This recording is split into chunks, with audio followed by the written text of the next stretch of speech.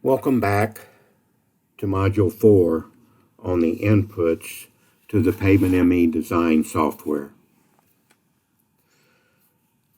As a reminder from Module 1 on the course schedule and roadmap, Module 4.4 overviews and discusses the layer properties needed to use the Pavement ME design software.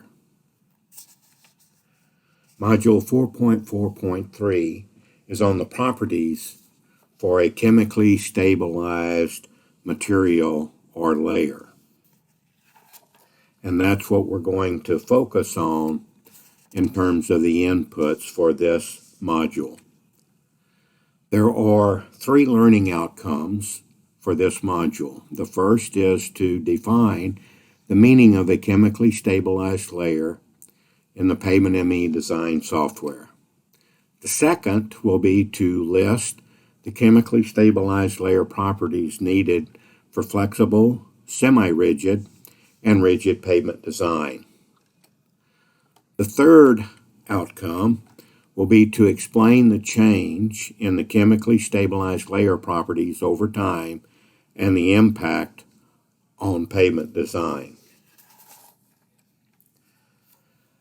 The Manual of Practice, Chapter 10, Determination of Material Properties for New Pavement Layers, includes a listing of the properties and test procedures for chemically stabilized materials themselves.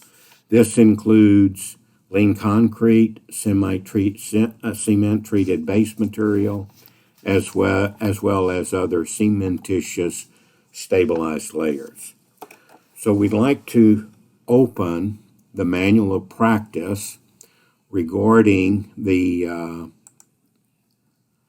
location of where the properties are found, and the discussion is included in the Manual of Practice.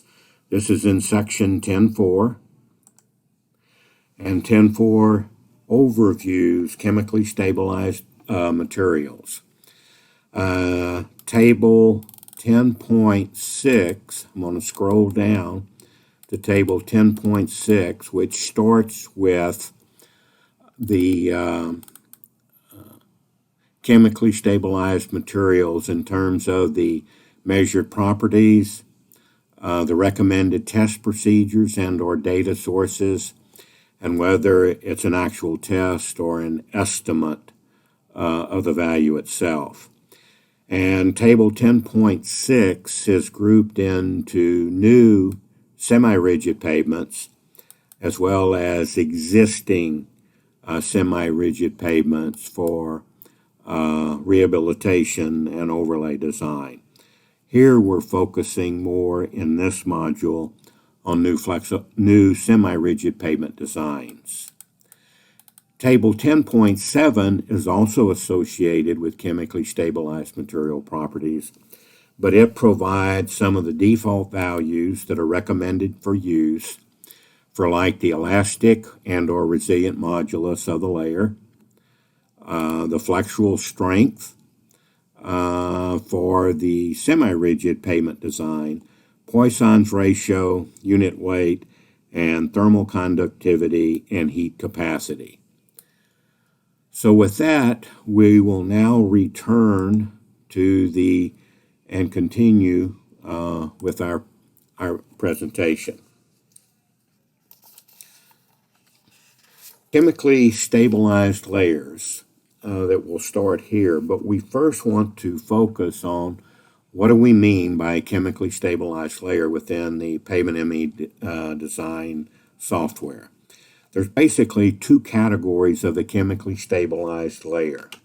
The first is where higher amounts of Portland cement and or fly ash to produce a bound layer capable of resisting tensile stresses and fatigue cracks. In other words, layers or chemically stabilized layers that have the higher amounts of additive basically respond as a bound layer.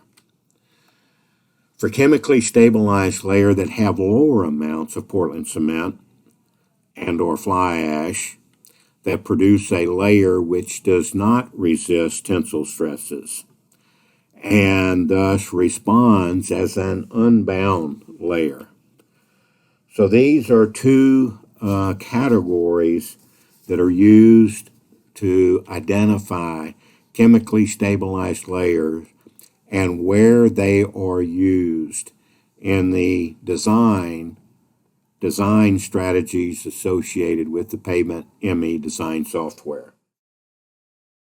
As an example, this shows some of the different types of chemically stabilized materials and or layers. They can vary from lean concrete, can include roller compacted concrete, cement treated bases, cement, fly ash, or lime modified soils with a combination of these additives or modifiers, a soil cement where cement's been added to an existing embankment or soil, and then cement, fly ash stabilized soil, and or lime stabilized soils. So the layers or the chemically stabilized layers that respond as a bound layer generally have more than 5% of an additive that's been added to either the aggregate base material or an embankment layer. These are the lean concrete, cement treated bases, and even the cement fly ash modified soils.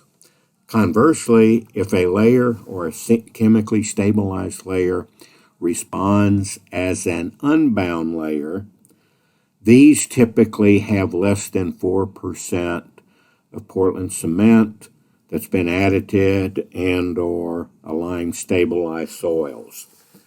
So they have less strength and a lower elastic modulus as compared to those layers that have a lot more additive that's been added and have increased strength and elastic moduli for the layers. Stated differently, regarding the design strategies, depending on the type of chemically stabilized layer, whether it's a bound layer or responding as a bound layer or unbound layer, defines which design strategy it's going to be associated with or is applicable to. For semi-rigid pavements, which means we have a chemically stabilized layer supporting our asphalt concrete layers, the wearing surface and the asphalt base layer, that chemically stabilized layer is a bound layer capable of resisting tensile stresses and can exhibit fatigue cracks after exceeding the allowable number of traffic loads. These bound layers do respond as a bound layer itself. For flexible pavements, an aggregate base and or soil cement have very low amounts of Portland cement and or fly ash. They generally respond and are simulated as an unbound layer.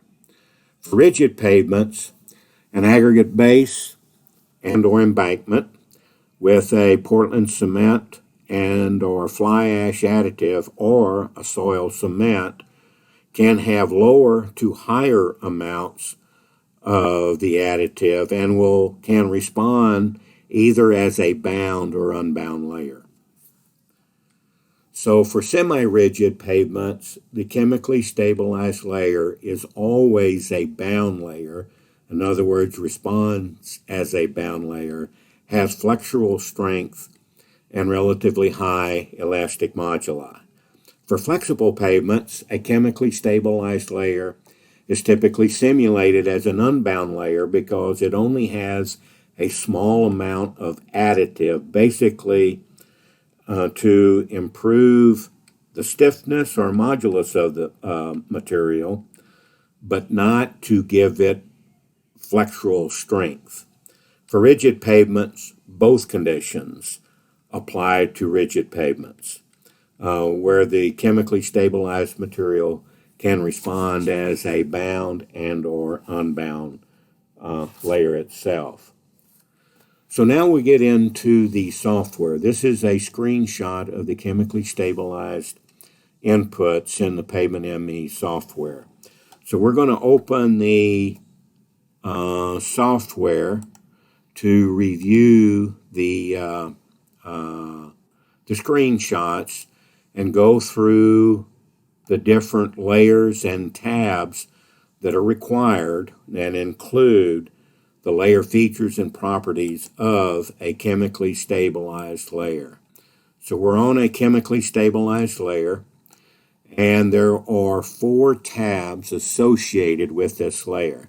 The first is simply the cement base cracking features or information. This includes the low transfer efficiency of fatigue cracks and the low transfer efficiency of transverse cracks. Both of these are used to estimate and or calculate reflection cracks of fatigue, reflection cracks of transverse cracks over time. The third input variable is the crack spacing of the chemically stabilized base material. And we will go through these in a little bit more detail further into this module. Now, the cement base general properties tab basically has 2 input variables: Poisson's ratio, which is an engineering response variable or property, and the unit weight of the chemically stabilized material. The next tab is the cement base strength. This is an important input variables that control the prediction of fatigue cracks or define the prediction of fatigue cracks, fatigue strength in the chemically stabilized material that is responding as a bound layer of semi-rigid pavement. So the first is the modulus of rupture.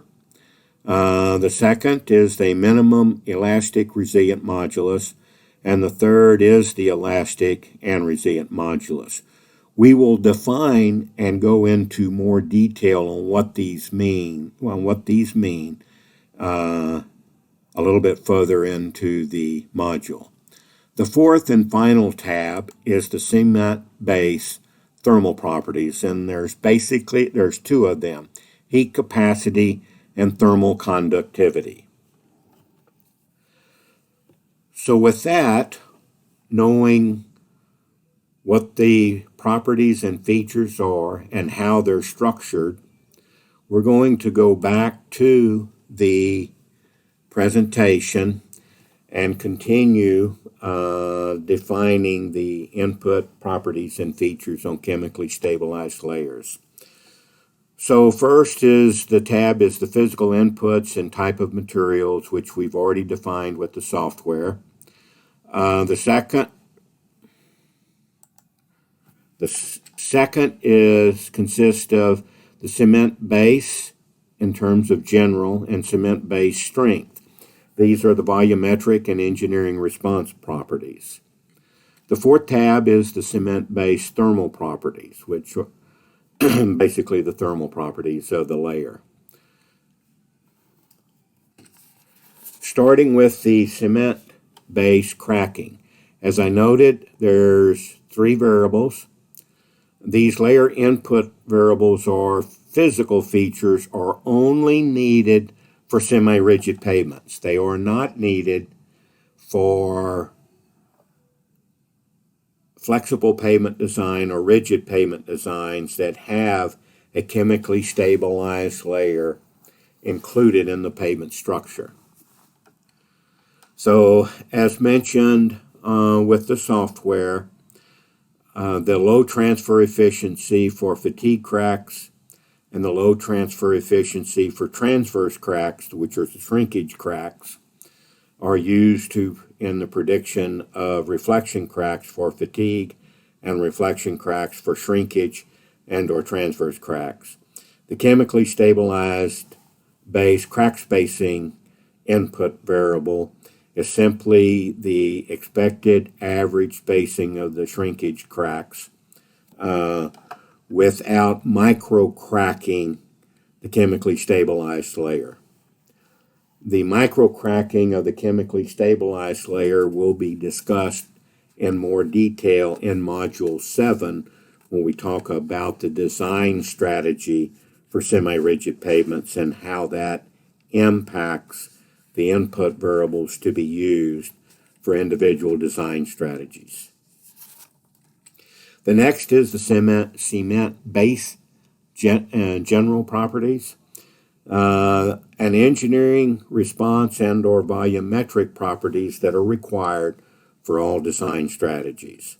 So Poisson's ratio and unit weight are required for all design strategies that include a chemically stabilized layer.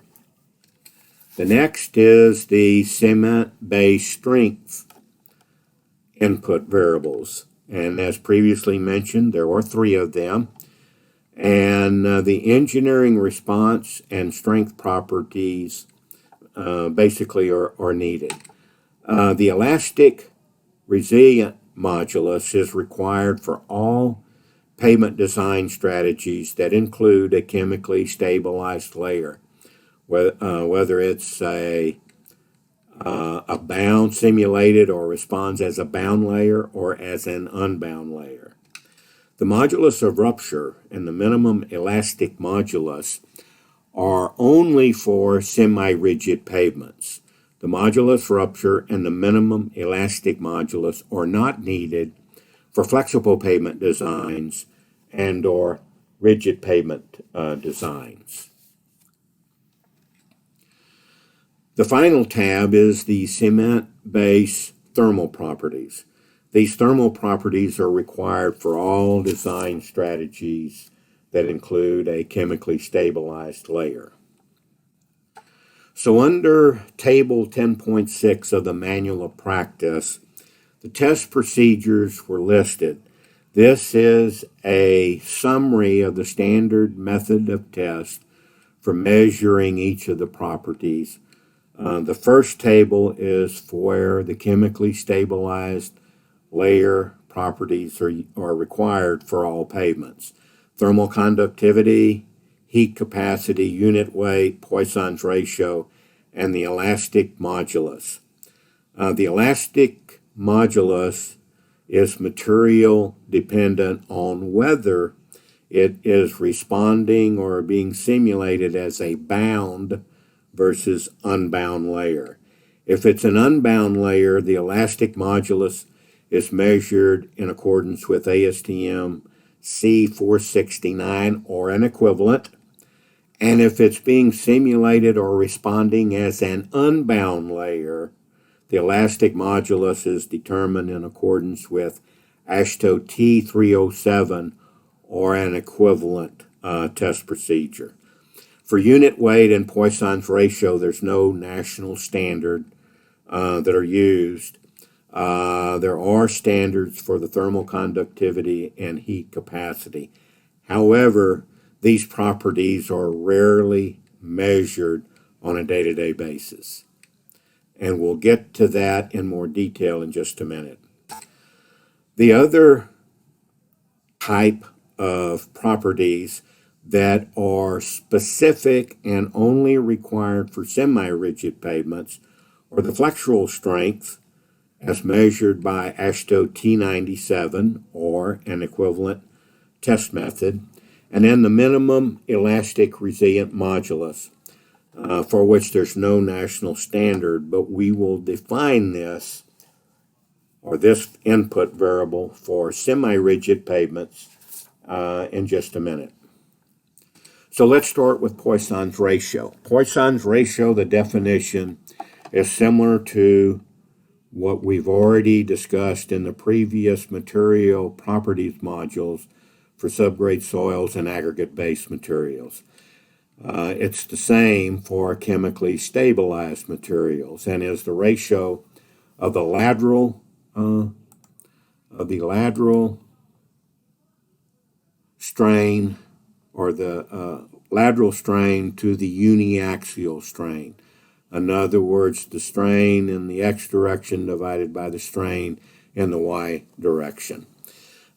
These are usually insensitive to stress and strain and the response of a chemically stabilized layer. However, Poisson's ratio does have a significant effect on the tensile stresses at the bottom of the chemically stabilized layer. So it is important in predicting and or determining fatigue damage of the chemically stabilized layer based on tensile stress and strength. And under Module 7, we will discuss that in more detail regarding the design process for semi-rigid pavements. This Poisson's ratio can be determined using a static test, can also be used during a dynamic test, similar to Portland cement concrete test specimens and or wave propagation techniques. Modulus of rupture or flexural strength. The flexural strength or modulus of rupture is typically measured for more of the higher strength chemically stabilized layers in accordance with AASHTO T97. These are the layers that respond and or behave as a bound layer. They have the higher strengths as well as the higher modulus values. Typical default values for these layers are anywhere from 450 to about 600 psi in terms of a flexural strength, depending on the amount of additive that's added and how the material is produced. The modulus of rupture or flexural strength for the lower strength and lower stiffness chemically stabilized layers typically have a default value of 250 to about 450 psi. Even though these are defined, or flexural strength for the lower strength of the chemically stabilized materials, these layers would still respond and be simulated as a bound layer. They're just on the lower side of the strength and lower side of the stiffness of the bound layers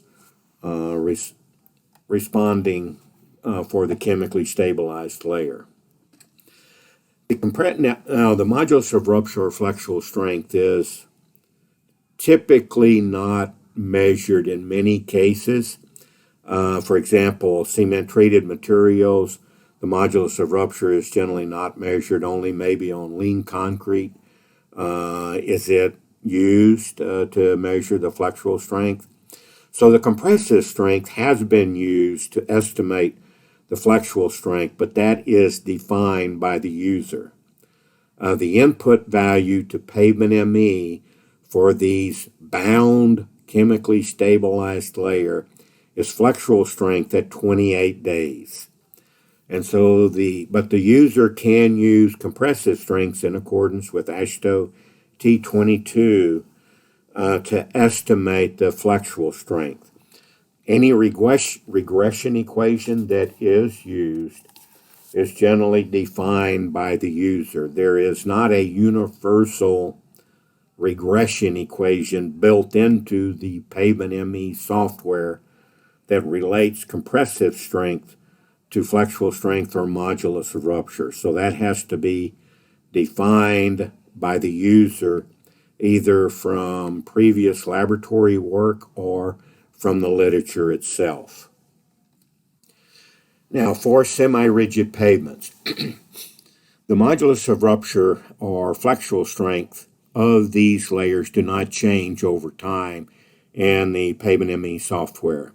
So the value that is entered in terms of the modulus of rupture or flexural strength, that is assumed to be constant over the design life of the pavement. So the value should be considered a representative value of a 28-day strength. It's important that these same values, whether it's a 28-day strength, 7-day strength, or 14-day strength, that whatever was used to calibrate by the user the semi-rigid fatigue cracking model, those same strengths be used in design.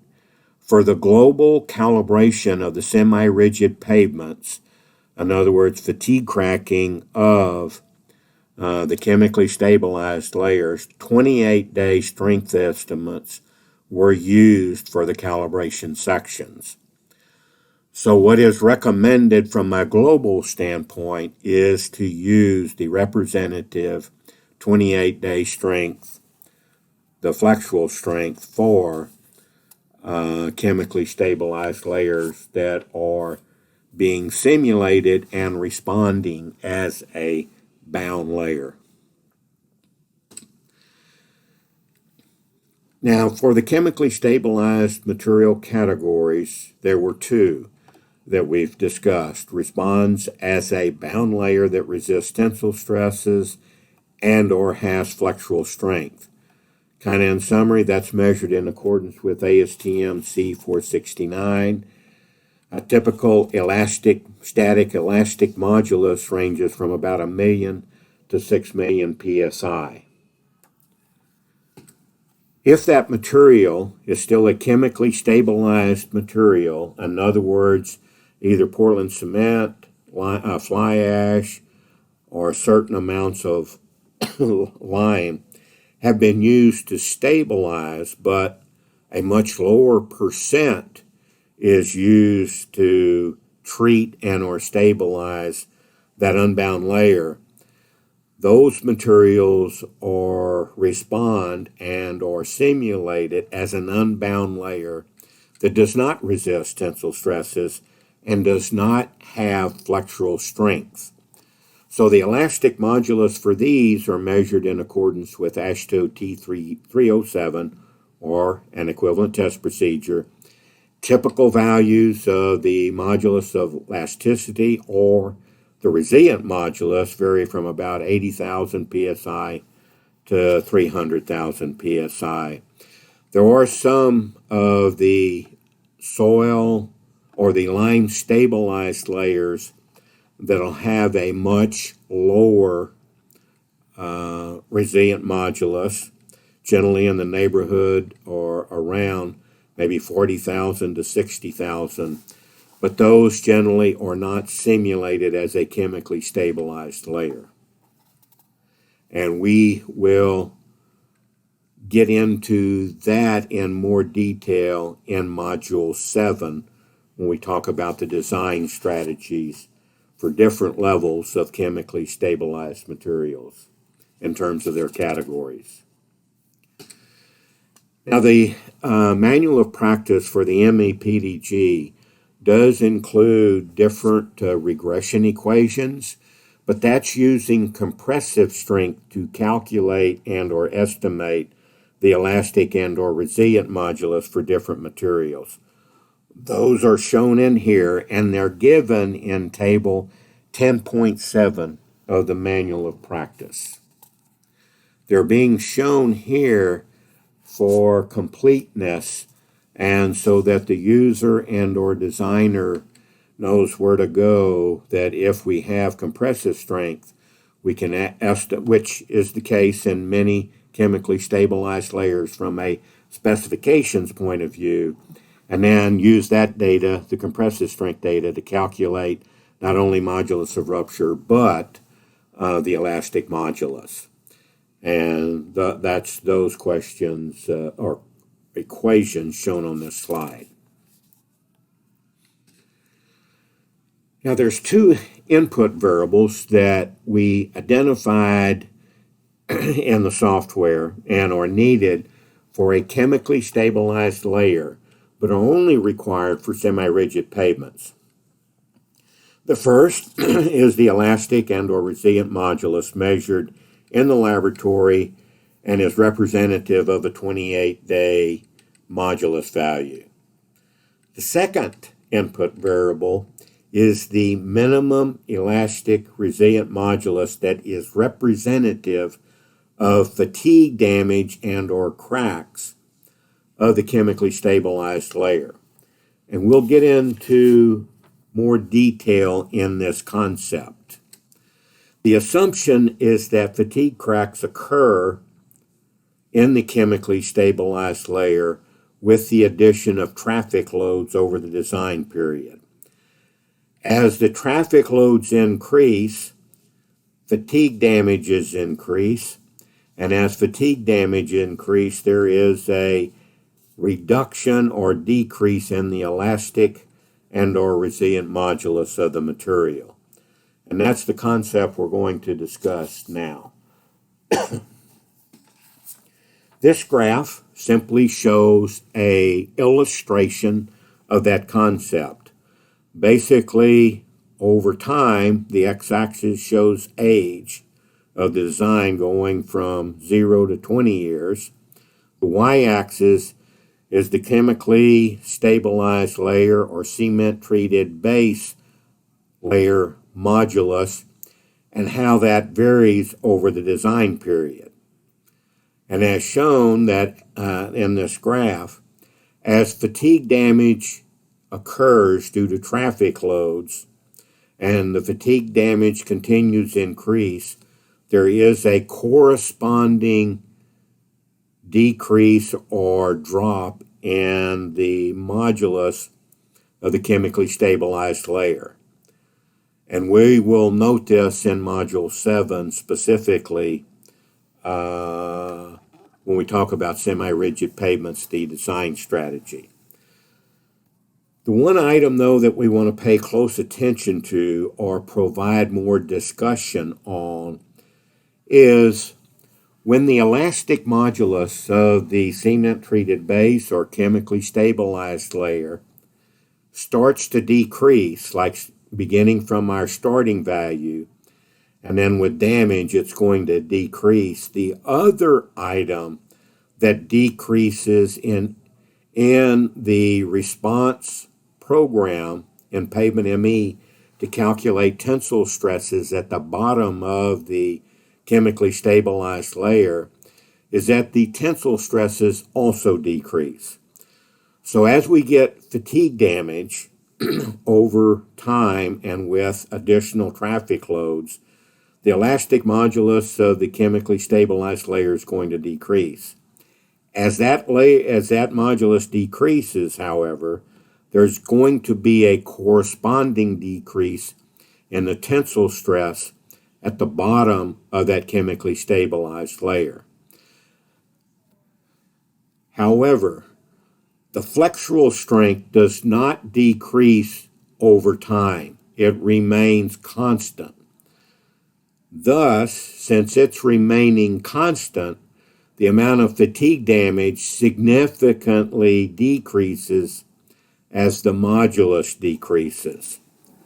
So we have more of an, it's not similar to input incompatibility, but it's kind of similar to that it generally takes a long time to develop appreciable fatigue cracks in the chemically stabilized layer because the fatigue damage per truck application is also decreasing when the elastic modulus of the chemically stabilized layer decreases because of the decrease in tensile stresses at the bottom of the chemically stabilized layer.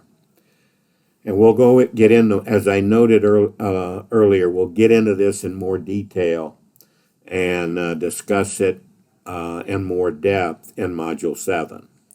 For the inputs, however, to chemically stabilized layer, the manual of practice suggestion is to assign the minimum elastic modulus the same value of the laboratory-derived one. So if we have a laboratory-derived elastic modulus of 1.5 million psi, the minimum elastic modulus would be 1.5 million psi.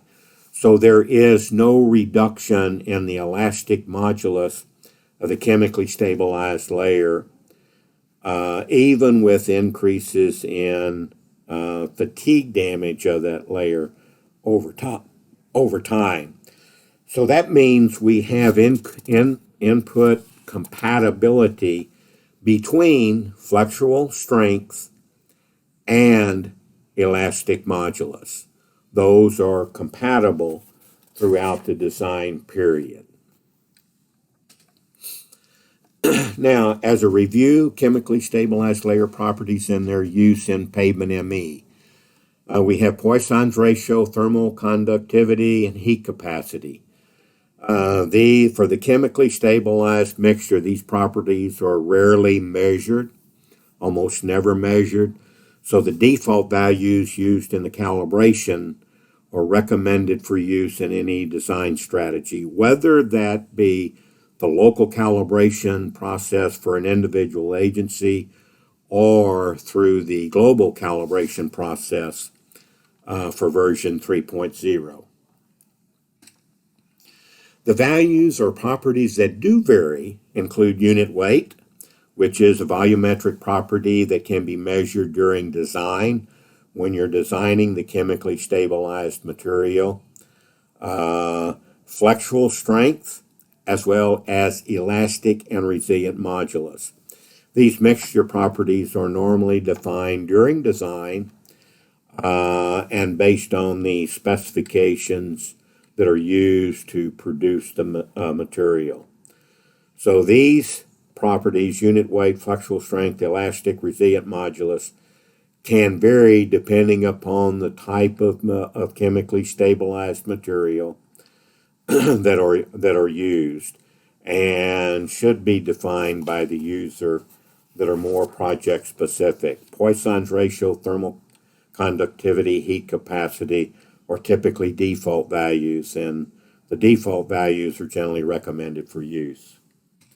The other three properties or features are used in Pavement ME, specifically the semi-rigid pavement design strategy, or the fatigue cracks, low transfer efficiency, the transverse cracks, low transfer efficiency, and it is recommended that whatever default value was derived and or determined from local calibration or global calibration, those values be used in design.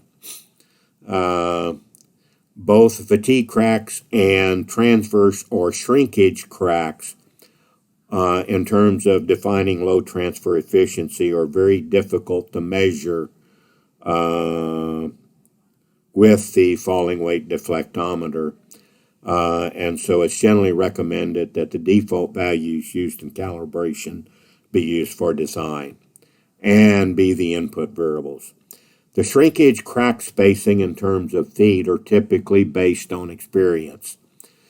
Under the condition that micro-cracking was not used to fracture and crack the chemically stabilized layer. If a micro-cracking process is used to pre-crack or crack the chemically stabilized layer, then the crack spacing and or if it significantly reduces the elastic modulus, the crack spacing should be from the micro-cracking, or the chemically stabilized layer may be simulated as an unbound layer that basically has no flexural strength that would be used in flexible pavement design as well as rigid pavement design, where only the elastic modulus is needed. This also shows now the properties and or features specific to pavement type for the different inputs that we've just discussed. So for flexible pavement, the low transfer efficiency and the crack spacing are not needed for flexible and or not needed for rigid pavement design. They are needed for semi-rigid pavement designs. Thermal conductivity, heat capacity, and unit weight are needed for all pavement design strategies. For Poisson's ratio and elastic resilient modulus, both of those engineering response parameters are needed for all pavement design strategies where chemically stabilized layers are used. For the modulus of rupture or flexural strength, those are not needed, or that property is not needed for flexible or rigid pavement design, but it is needed for semi-rigid pavement design. So let's move to the summary of the chemically stabilized layer and the Pavement ME software. Basically, there were 4 items that we went over. The first, we defined and explained the 2 categories of chemically stabilized layers that do have an impact on the design strategy. Remember, one is considered a bound layer with flexural strength. The other category is considered an unbound layer that does not have flexural strength. As a second outcome, we listed and identified the chemically stabilized layer properties that are needed for design, and those properties do vary by pavement type. Semi-rigid versus flexible versus rigid. The third outcome, we explained the change in the chemically stabilized layer properties over the design life. We will come back to this third outcome when we get into Module 7 on semi-rigid pavements.